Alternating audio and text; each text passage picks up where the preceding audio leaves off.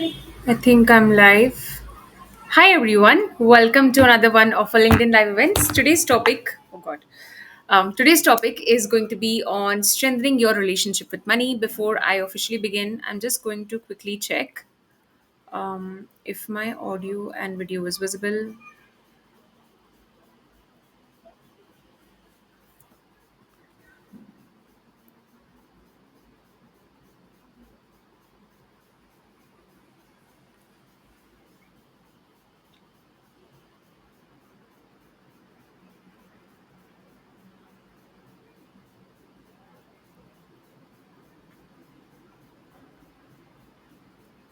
Okay, I think it is.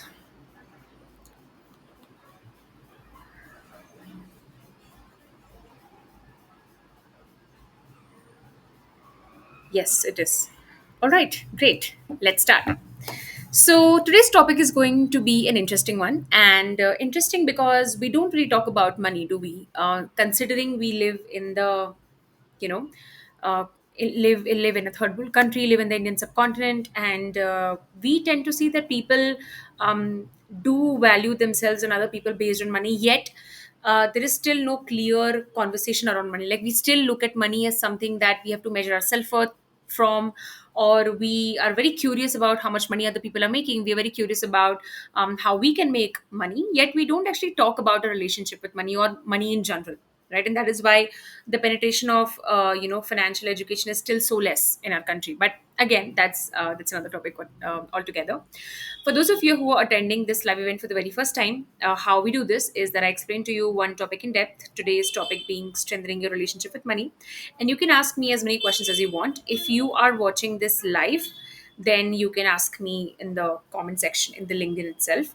If you are watching this as a recording, then you can probably put it down in the YouTube comment section, because I upload all of my live events on YouTube. And if you are in any of my free communities in WhatsApp, then you can just DM me on my WhatsApp, and I would be happy to give you a reply. And by the way, my free WhatsApp community is called the Safe Space, wherein I send audio coachings every single day. I release offers that are not available to anyone on LinkedIn, as well as I write there every single day. So if you are a personal growth enthusiast, you're going to love it. And also someone who likes to be challenged, because we don't do those cheap tricks and ticks of manifestation and this and that and this tool. And no, we focus on clearing our foundations about what our problems really are, and then we focus on what the solutions are. Yeah, we focus on healing the root cause approach. Okay, now coming to the topic at hand, strengthening your relationship with money. So before I begin about anything, the first thing I would like you to do is a small exercise. I would like you to close your eyes, and I want you to visualize money in front of you. Now, if you're probably right now at a place where there's a lot of noise, or maybe something was going on in your head, take a few deep breaths so that you can connect your mind and body first, until you feel that, okay, thoughts are not coming to me with that speed as it usually would. And keep taking deep breaths in and breathe out until you feel that your breath has stabilized. It could be 3 breaths, it could be 5 breaths, it could be 10 breaths. Allow yourself to establish a mind and body connection. And when you feel a sense of stability in your body, that is when I want you to visualize money in front of you. It could be anything. It could be a bunch of notes for you, it could be a bunch of coins for you, it could be anything. And I want you to visualize that money coming closer and closer to you with every single breath you take, until it comes so close that you can see it standing right in front of you, and there is hardly any distance left. And then I want you to notice what happens in your body. You can pause this video and you can do it. I will move on with the next part of why I suggested this activity. Now, what's going to happen is that all of you are going to have different reactions toward it, and some of you will also have no reaction towards it. And I'll tell you why. So, for those of you who may feel that I really want to grab onto it, you may feel like, this is something that I really, really want, then you are someone who is running behind money. For some of you, you may feel very anxious, very uncomfortable, very uneasy. You may feel that I don't really want money to come so close, or I just want to run away. This feels so hard. Or some of you may start feeling discomfort in your body. And some of you may feel numb. Some of you may feel absolutely nothing. Some of you may feel, okay, what is this? I don't know what to do with it. Right. So the kind of reaction that money brings up for you is the kind of relationship you actually have with money. And the first step of actually strengthening your relationship with money is to first understand. Oftentimes people think that they really really want money, but when we really go deeper into their system and we see what kind of relationship they actually share with money, we find really interesting stuff. I have worked with clients who wanted money really badly, but when we actually went deeper in their family system, when we went deeper into the trauma work that we were doing, we found that they actually didn't want money. They would self sabotage their um, chances to make good money because there were different belief systems at play. I've also found some of my clients who wanted money so bad on the surface level, but at a deeper level, they hated it. They wanted nothing to do with it. I've also worked with clients who thought, like, again, wanted money on the surface level, but on a deeper level, believed that if I have money, people will stop loving me, people will look at me differently. Maybe there would be ego clashes in my relationship. Maybe my partner would feel threatened. Multiple things, right? Again, another thing that I've also noticed is that a lot of people also have a fear of exhaustion when it comes to thinking about making more money, because they believe more money would mean I'm going to have to work a lot more, right? So unconsciously they repel money. Unconsciously they create situations where they have to struggle for money, because deep down they actually don't want more money, because to them money means exhaustion. So, depending on your relationship with money, and again, if you feel that you don't have an idea of what kind of relationship you have with money, don't worry about it. Okay. This is an aspect that is very hard to decipher on your own. Okay. When you do one on one trauma work, this idea will become much more clearer to you. Right. But you may have some idea about what kind of relationship you do share with money, based on what you felt about it, and based on, how well you know yourself. So, based on the kind of relationship you have with money, determines a blueprint of how you actually make money, how you actually attract money, and how you actually sustain money, right? And we all have different kinds of relationship: easy, hard, a mix of easy and hard, a mix of push and pull, a mix of repelling, desperation. Again, it's completely unique to you and based on the life you've led and based on the family system you come from. So, based on the relationship you share, that is where the first point of work actually starts for you. The second thing is to actually understand, what does actually money mean. When I tell you what does money mean to you, what would you tell me? So the thing is that money in itself doesn't really mean anything. It's a medium of exchange. Yeah, it's something that we devised to overcome the cons of barter system. So initially, when we had economy, we had barter system. So if you don't know what a barter system is, you can Google it. But just to tell you, in short, barter system is when, like, early human beings, they used to like exchange goods with goods. So for example, let's say if I want a bag of rice, I'm gonna have to find someone who has that bag of rice, and I'm going to have to give him exactly what he needs in exchange of bag of rice, right? I may or may not have it. So barter system was quite complicated. So we came up with the gold standard, right? Like gold was used as a medium of exchange. And then we came up with currency, because currency was a very easy way to define how do we actually exchange, right? It was a brilliant medium of exchange. So money is just that. There is nothing at the end of money. Money is just medium of exchange. The reason you think you want money is because you believe that money is going to get you something, right? So it is not the money that you want, it is what money can get you, and for different people it is different thing. So another exercise I would like you to do right now, and again you can pause the video if you're watching it live, is I want you to write down 5 things, completing the sentence: more money means more dash dash dash dash dash. For some of you, it would be more money means more freedom, more money means more self respect, more money means more options, more money means more confidence, more money means more voice, more money means more love. Depending on what you believe you are going to get from money, that is what you're chasing. If you believe it's freedom, you're chasing freedom. If you believe it's love, you're chasing love. If you believe it's respect, you're chasing respect. If you believe it's confidence, you're chasing confidence. And no, money is not going to get you that. You believe it's going to get you that. Money is just a medium of exchange. And it's so easy to blame money or put all of the emotional burdens that are unresolved within you on money, because money doesn't have a voice. No, it's a blank canvas. It cannot speak to you. So you put all your unresolved emotional expectations onto money. And that is why some people would say, oh, money is evil, it divides families. Some people would say money is really, really important. Some people would say that I wish money never existed. It is because of your personal relationship with it. Money had nothing to do with it. Money is just what? A medium. So, what money means to you is incredibly important because that is what you're chasing. You're not chasing money. And the interesting thing is that you think that money is going to get you that, which is not really the truth. So, for example, if you believe that money is going to give me more self respect, it is because you were treated that way. You were treated wherein you were made to believe that your self-worth lies in how much money you are making or probably how much you're performing. So you made that a formula in your head. You made that in our work we call it survival postulate, and you are using it to try to earn your self-worth. There is a very, very high chance, and in fact not even a high chance, a short chance that you're going to make money and you're still going to feel worthless. Still going to feel unimportant, and you're still going to feel that I don't really respect myself as much as I thought I would if I had money.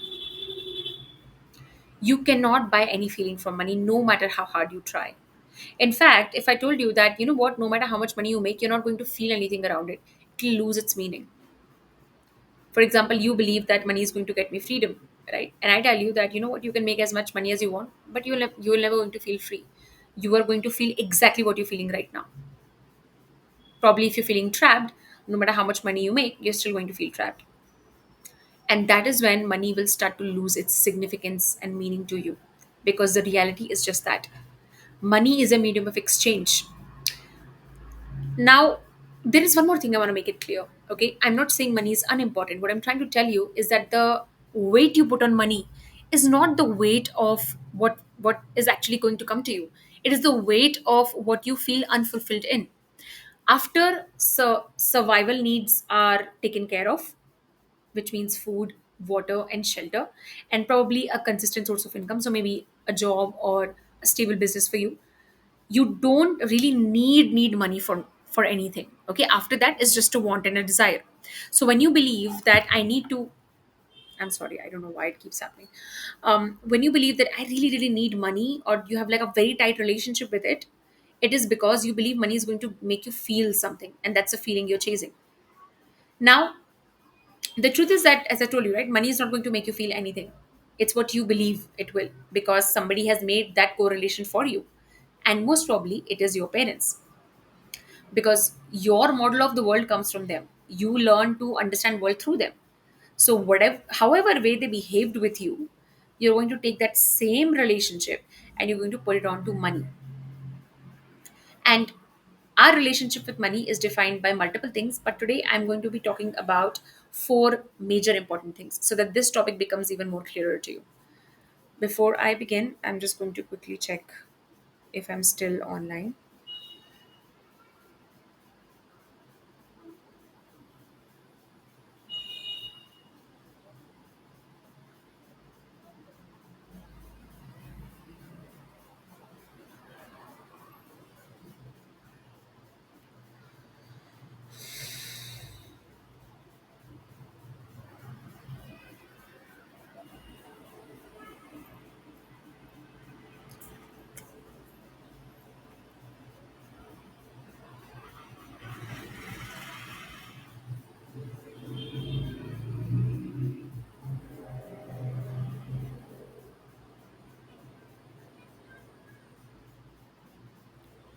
Okay, somebody has said that they can't hear me,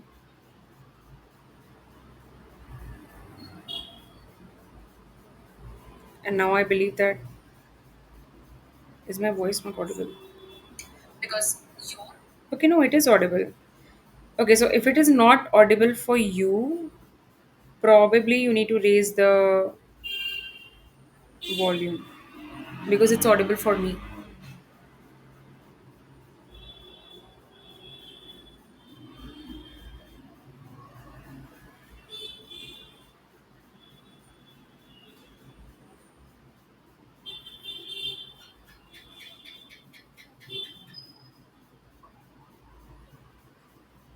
Oh, we also had a troll in our LinkedIn live. I just noticed it.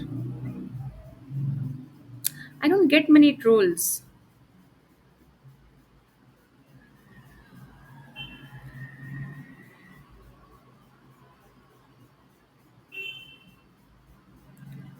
Okay, my voice is audible, so I hope whoever it's not audible for, they just raise the volume. Now, coming to how is our relationship with money actually defined by? So, the first thing is our relationship with money is defined by first our mother. Now, why our mother? So, you have to understand that money is not something you go out and hustle and earn for, it is actually something that you receive. How open you are to receiving money is what is going to determine your wealth thermostat. So, your wealth thermostat is your ability to hold money.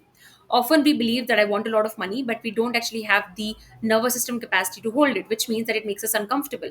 When we think about this is how much money I want to make, when the money wants to come in or it can come in through some way, you start to doubt the process, you start to feel uncomfortable, you start to feel, oh my God, it is just not possible. So again, right, pessimism is a wonderful coping mechanism that a lot of people display when they simply don't have the capacity to hold money in the nervous system, when they believe that, oh, it's just not possible, right? Because it's a great coping mechanism. So coming back to how our mother is actually responsible for this, so you have to understand that money is about receiving. How much can you actually receive? And your receiving starts from your mother, right? When you're inside her womb, you receive nourishment from her. When you are when you're born, you literally feed off of her. And initially for the 6 months of a child's life, the child doesn't even understand that I exist separately from my mother. That's how deeply you are tied to your mother. So everything your mother feels, you also feel. How disconnected your mother feels with herself, you also feel that disconnection, because when your mother is not connected with herself, her own emotions, she won't be able to connect with you. So the attunement that you have with your mother starts to form safety for you. And when that attunement, when that connection is disrupted for whatever reason, right? Maybe your mother always had to tend to her in-laws, maybe your mother is busy with her husband, maybe your mother is depressed, maybe your mother is lost in her own grief, we don't know. Okay, for whatever reason, your mother cannot actually be present with you, and present is a very important word. Maybe your mother was there for you, right? Maybe your mother was there physically, but she was not present with you, right? Like the connection you have with the child is very important. For example, when you're sitting with someone, you can tell that they're actually listening to you, that you can actually feel their feelings, and that's a connection between a mother and a baby. That is how it should be like, right? But oftentimes, when for whatever reason the mother is unable to be present, then she's unable to actually form that connection with her baby, right? I think there's a focus problem. All right. So because of that, the child starts to feel disconnected and the child starts to get anxious, right? So you must have seen that when a child's mother is not really around, the child starts to feel anxious, the child will cry, the child will feel that, okay, why is my mother not here with me? Or the child is going to, feel very uncomfortable, right? So it is because the child's safety is taken away, right? The child's safety is his mother. So when the mother is not around, the child literally starts to feel that I'm not safe anymore. The child feels threatened. So what will the child do? He will start to cry, he will start to scream. And after a point, when the mother does not come to the child stops crying completely, right? The child goes silent. And that is when the child believes that no matter how much I cry, my mother's not going to come to me, so I'll go silent. That's the same relationship that you have with money. When something like that happens to you, you first feel very very anxious around money. You feel like, oh my God, why don't I have it, why don't I have it? And no, and you feel like I have to struggle so much for just so little. You must have seen a lot of people go through this. They feel like, oh my God, I have to work so hard to get so little. And similarly, after a point, what tends to happen to some people is that they just give up. They stop asking, they stop dreaming, they stop believing that it is possible for them. Exactly how it would happen to a child. And similarly, after you grow up, how how how much you trusted that no matter what needs I have, my mother will meet it for me, is the trust that you will have in your life about money as well. That if I want it, I will be able to get it. So when you had to work very hard for your mother's attention, again for whatever reason, right? Maybe she was busy, maybe she passed away, maybe there was a physical distance, it doesn't matter. Maybe she was busy with a younger sibling. When you had to work very hard for her presence, her energy, her attention, or you were always scolded, punished, and there was a very volatile relationship you had with your mother, then there's a distrust that my mother will not be able to meet my needs, or that I have to work very very hard to receive my mother. So when receiving from the mother itself is difficult, receiving money also becomes very, very difficult. And this is the deepest and the most ignored truth about your relationship with money, because money is about receiving. So for example, let's say you want to start a business. Okay, you want to start a business, and initially, let's say you want a loan.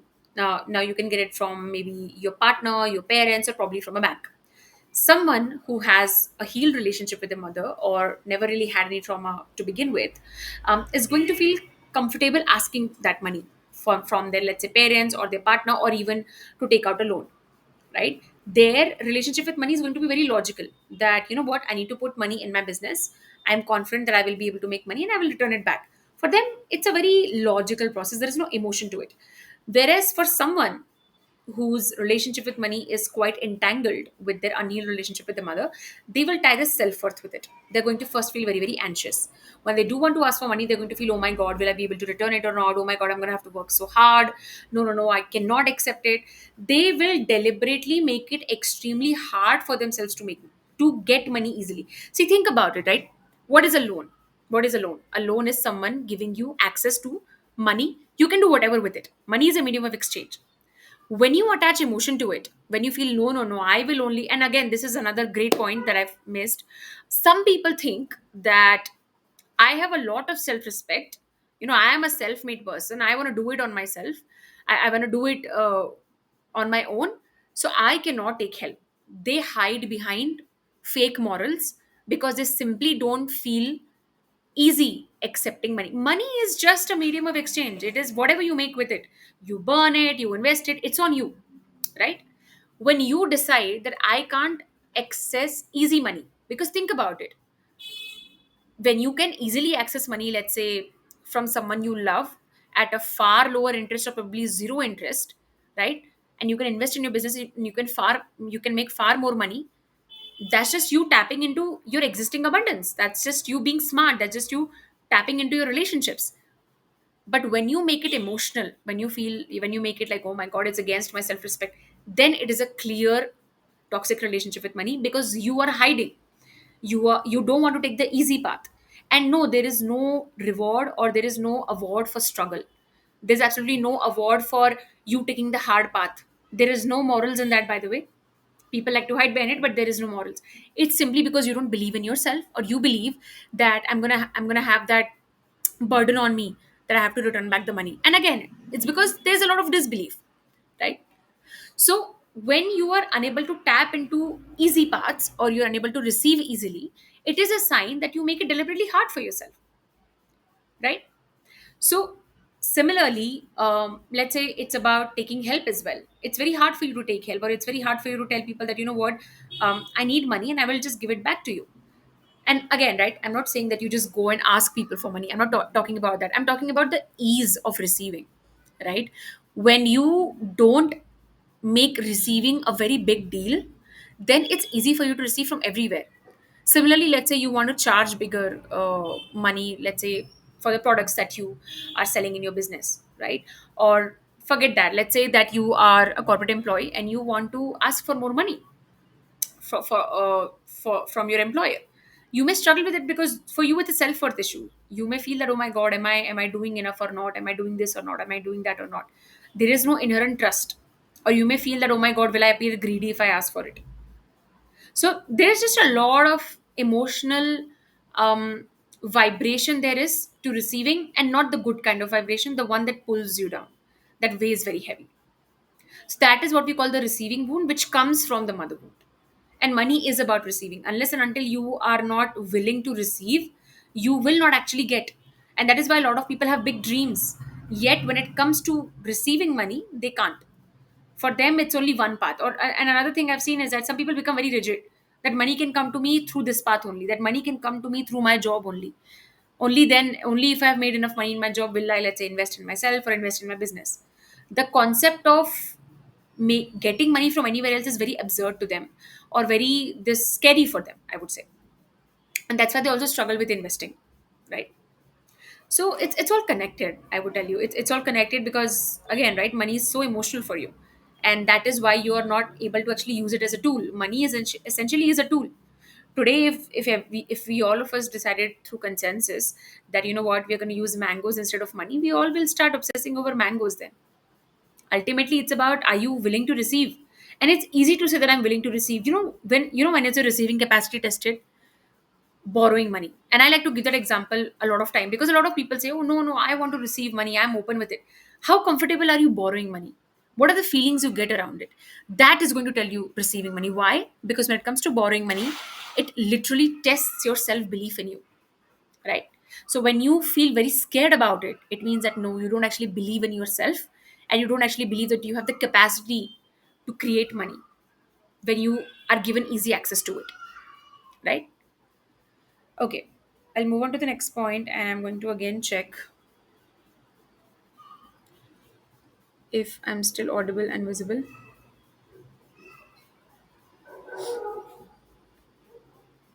I also did a live event on money few weeks back, or maybe a couple of months back. It's available, so you can just check it in my on my YouTube channel if you have subscribed to it, or you can just scroll through the event section of my profile, and you'll find it. Okay. Now, coming back to the second point I was going to talk about, which is early experiences of childhood regarding money.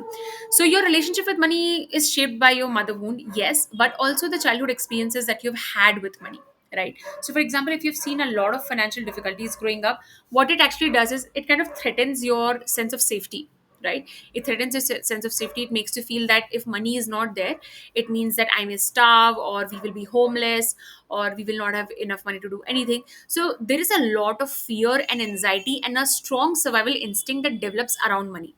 So you make it your sole mission to run behind money, right? Because you are not actually running behind money, you're running behind survival. You feel that, oh, I never want to feel what I felt in my childhood again, so I will do whatever I can to just make as much money as I want, right? And again, based on different experiences you have had. So for example, if you saw a lot of constrictions that your parents put on you around money, so you may feel that money means freedom to you. Maybe let's say if your parents were insulted because they did not have money, money would mean self-respect for you. If you saw your parents working really really hard and not being able to live their life, and you felt sorry for them, so money would mean happiness for my family. So again, based on what you have gone through with money, it's going to determine your relationship with it. Now see, there are two aspects to it. Okay, when you go through something like that, yes, there is going to be a very emotional relationship with money, but definitely it will also give you the resilience to make money, and it will also give you the push to sort of I would say be more practical as a person. But you have to realize one thing: a lot of people tend to think that my unhealthy relationship with money is what motivates me, or that my unhealthy relationship with money is what keeps me grounded. But you have to realize that after you have come to a point in life, which is, in few years of your career, wherein you're not really struggling with money, the same relationship with money that you thought is bringing you motivation is going to start bringing you stress. It's going to start bringing you anxiety, and it's going to make your life like a hellish cycle of running behind money. Because after the initial aspect of ensuring survival for you and your family, let's say, money is not going to bring you a lot.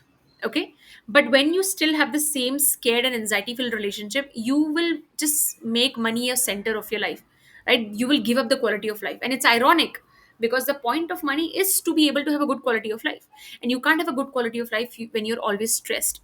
And that is why we see that so many young people these days have a lot of health issues, because they are chasing, they're running. And when you're consistently stressed, the trauma that is living inside your body, and you're choosing not to heal it, because you think, oh, nothing is wrong with me, or oh, it's giving me motivation, then what tends to happen is that you have to understand that your body is swimming in stress hormones, right? Every single time there is a there's a stress cycle that you're going through, your body releases more insulin, and as a result of it, more glucose is released. So like, you need more insulin to like stabilize this consistent stress hormones that you are experiencing inside of you, because you're stuck in survival mode, right? And you can't thrive while you're trying to survive. And this survival mode is not even real.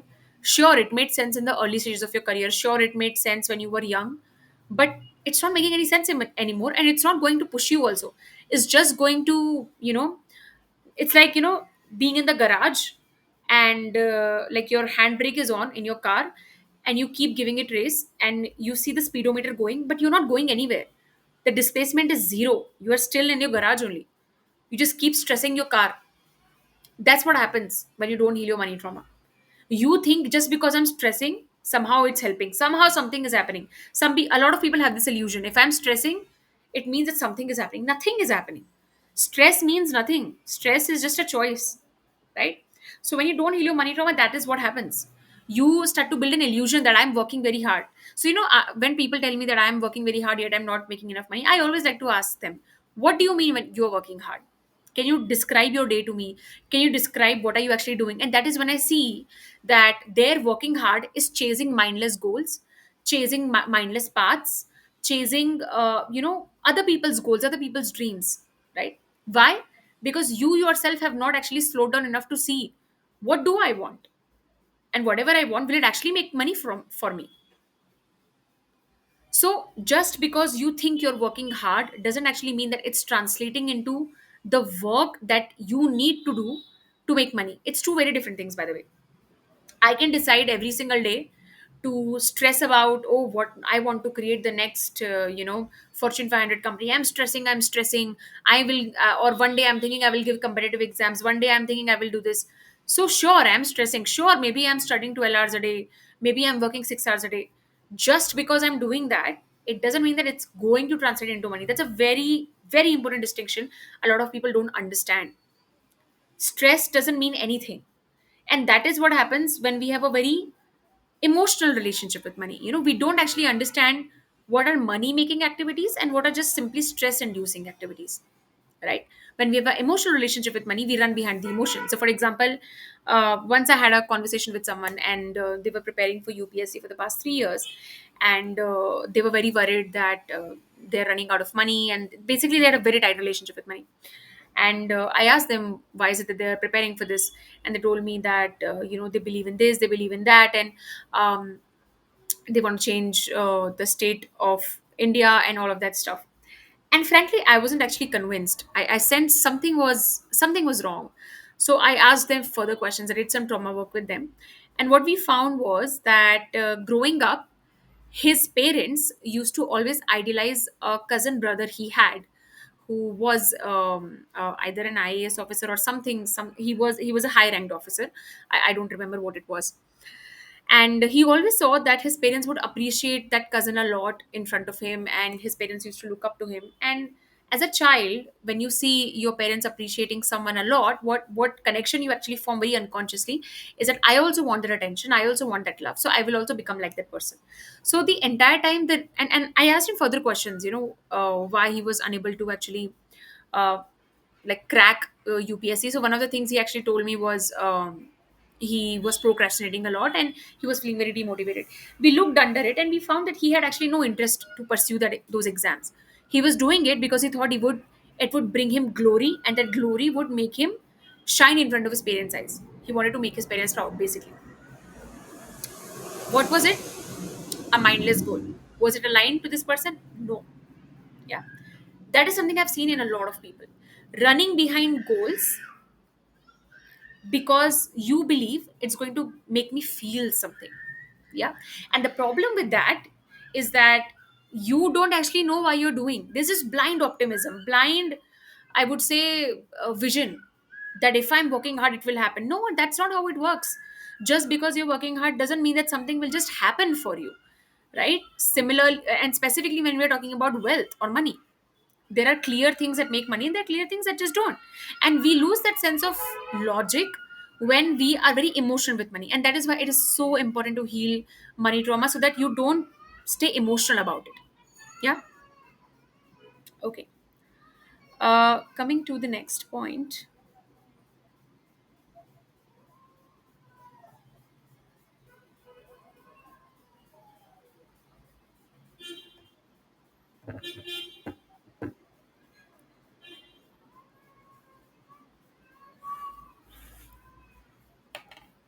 Yeah.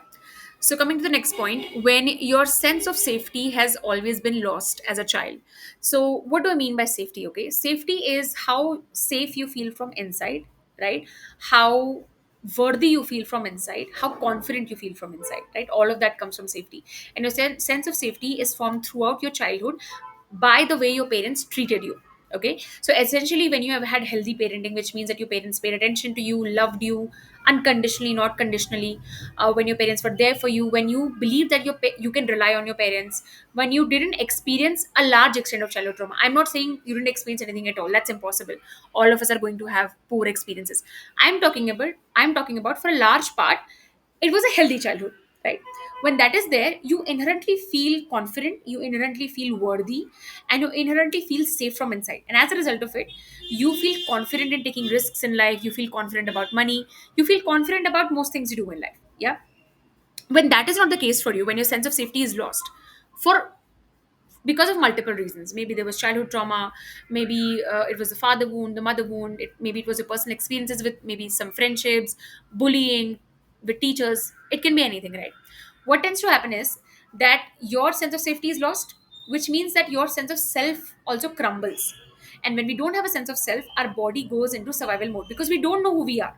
And when we don't know who we are trying to cling on to someone or something to find a sense of identity, to find an anchor. We all need an anchor, right? When you do inner work, when you do trauma healing work, you find that anchor in you.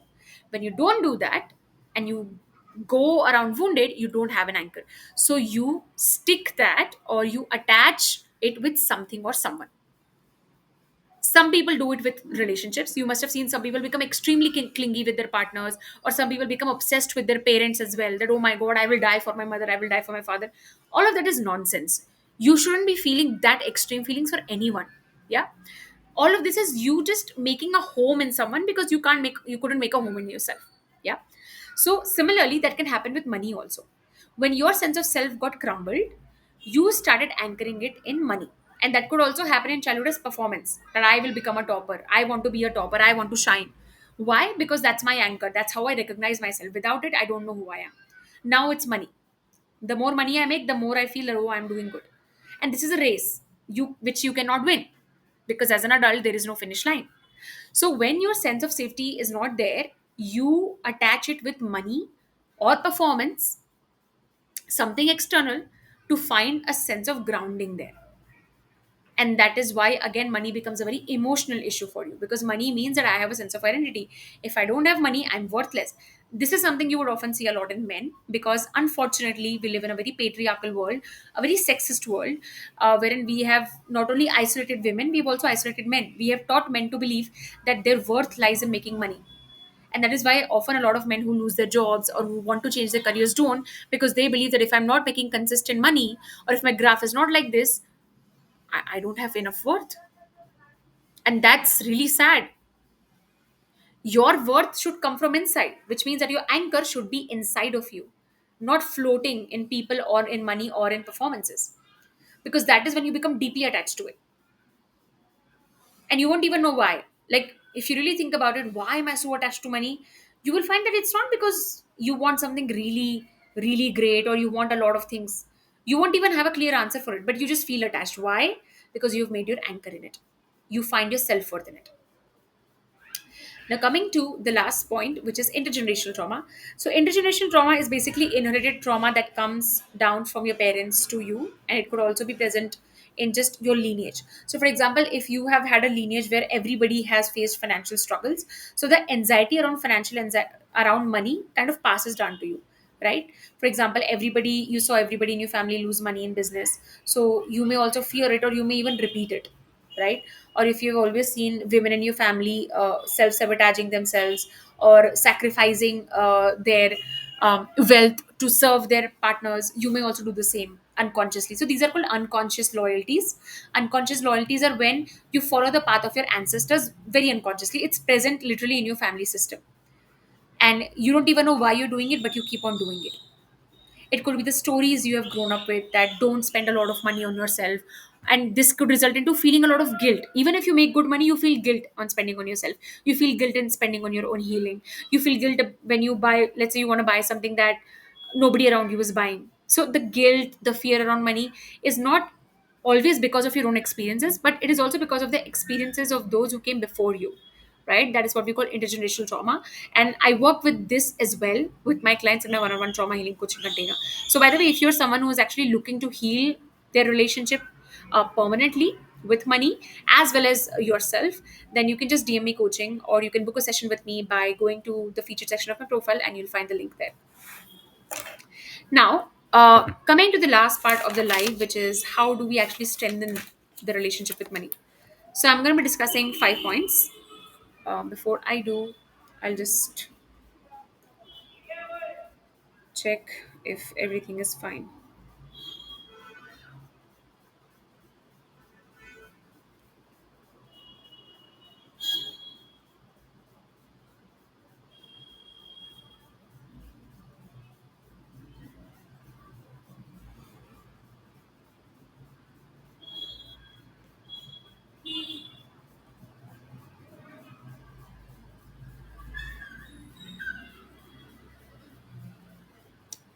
Okay, yeah, I think I'm live only.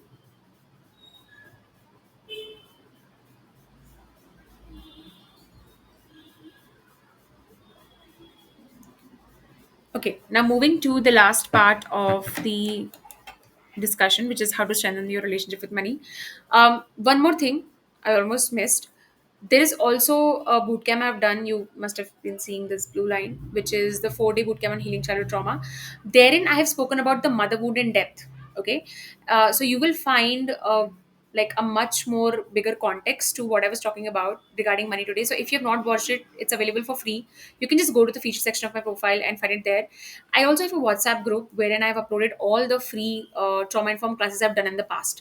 So if you join the bootcamp group, like you will find all the classes there. I would say go through them one by one, because I really, really believe, and I always tell any of my client who works with me, if you don't understand your issue well enough, you will just blindly believe anyone or everyone. Don't do that. Okay.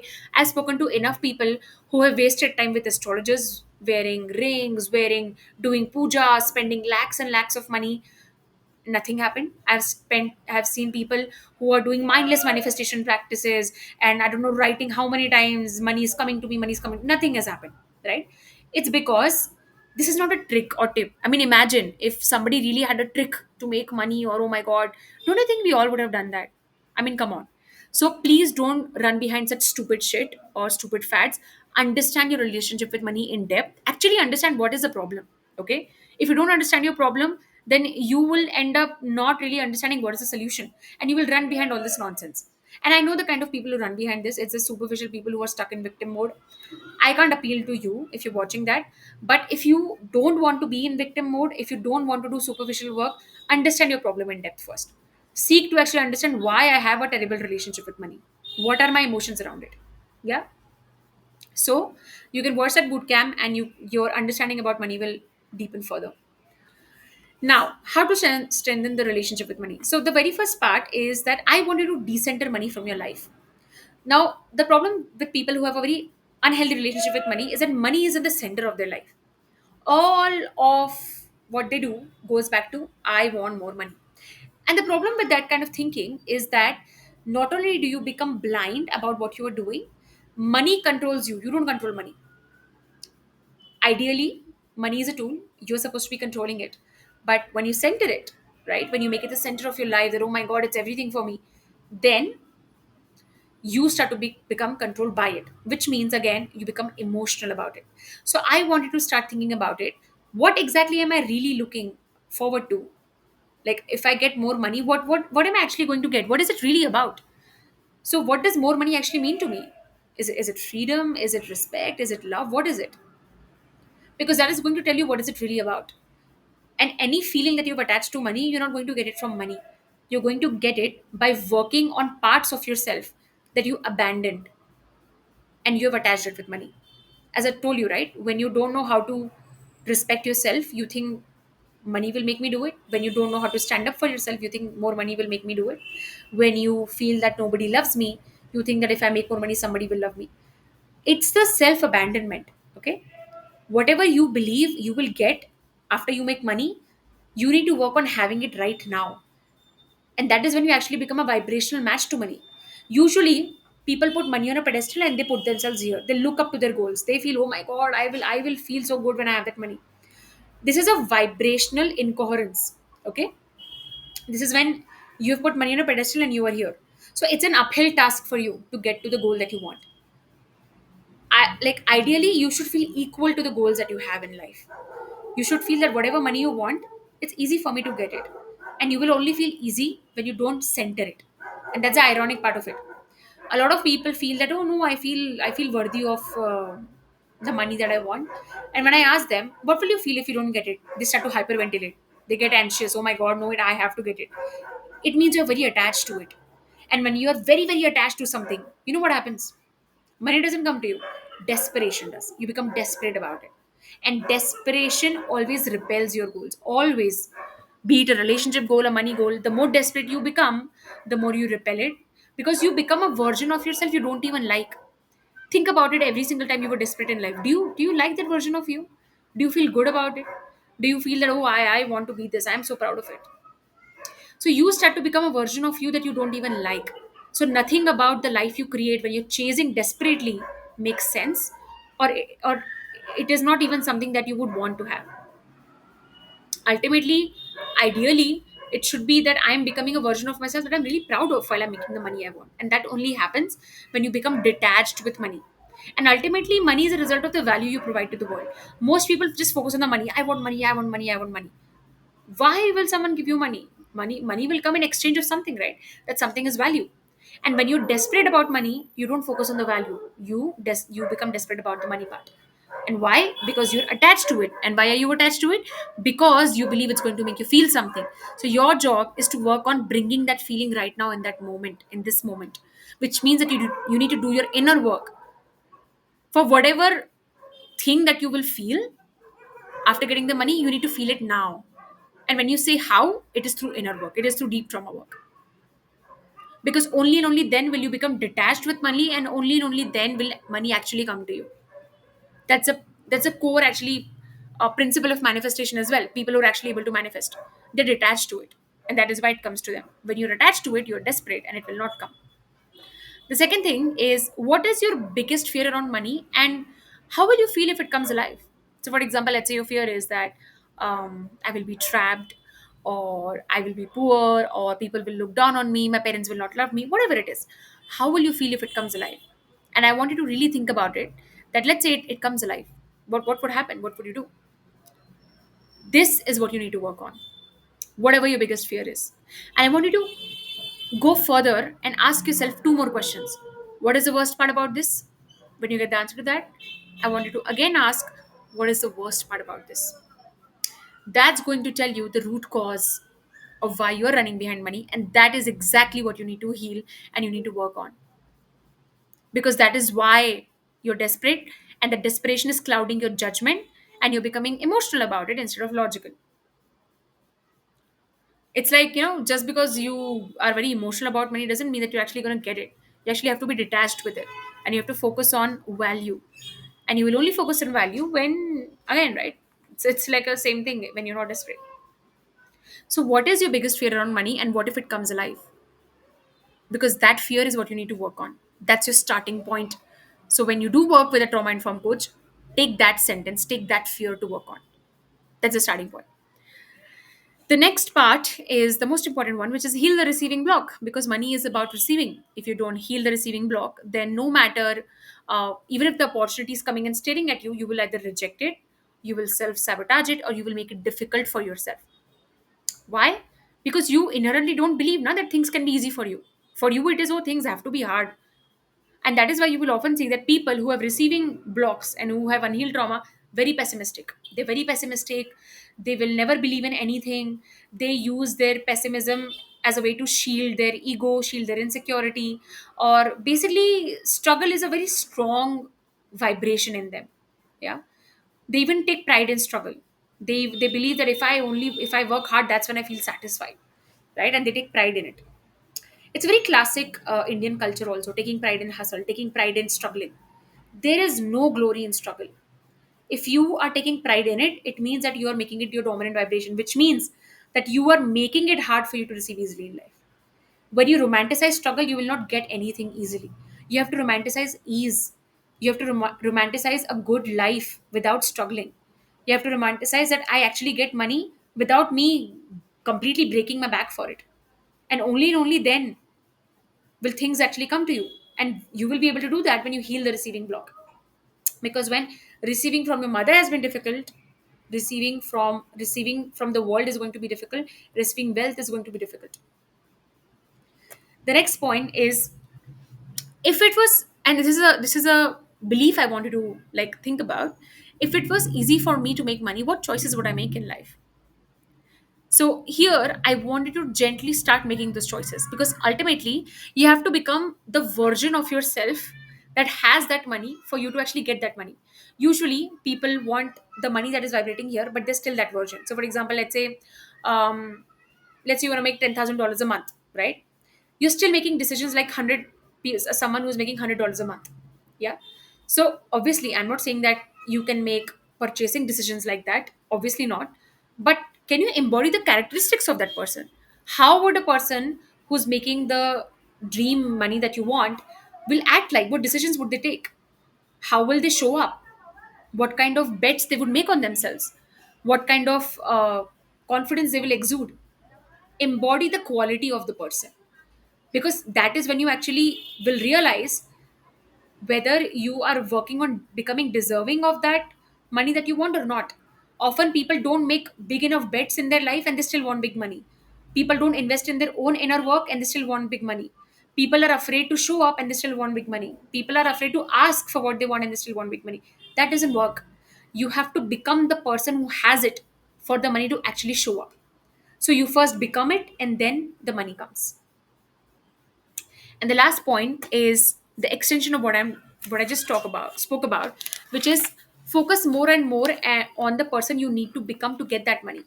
So for example, if the dream income that you have, and when you have it, let's say you are more confident about yourself, you form stronger boundaries, you take your work more seriously, you tell the world about what you're doing, then you need to do that right now, and you need to do it one step at a time. That's how you strengthen your relationship with money. You have to become the person who actually has it. People have very different attitudes, yet they want a very different kind of money, different level of money. That is not how it works. For example, if you look at someone who's doing a business, they would first invest in it, right? They're not going to sit and dream about it and think, oh my god, I want to do a business and money should just come in. No, they first invest, and that is when the money comes in. So you have to be willing to make decisions that the version of you who has the money would make, to actually start attracting it, to start for you to start actually vibrating at the level of the money that you actually want. You have to become that person. And when you're not willing to become that, that is when it becomes difficult for you. And again, as I said, right, it doesn't have to be purchasing decisions. For example, yeah, sure, maybe when you're making $10,000 a month, you're able to buy a Gucci bag, right? Maybe you can't buy it now. I'm not asking you to do that. I'm asking you to embody the emotions, the thought process, the actions of that person. And ultimately you will be able to make that money, and you will be able to buy the materialistic things also. So focus on who you need to become to get that money, instead of focusing on I just want money, I just want money. So that is it from my side for today. I don't think I have any questions. I'll just check.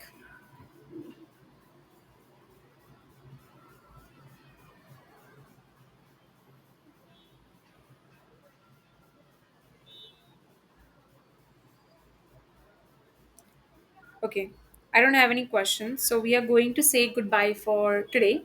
And of course, if you are watching this live, then something may come to you later on. Feel free to text me.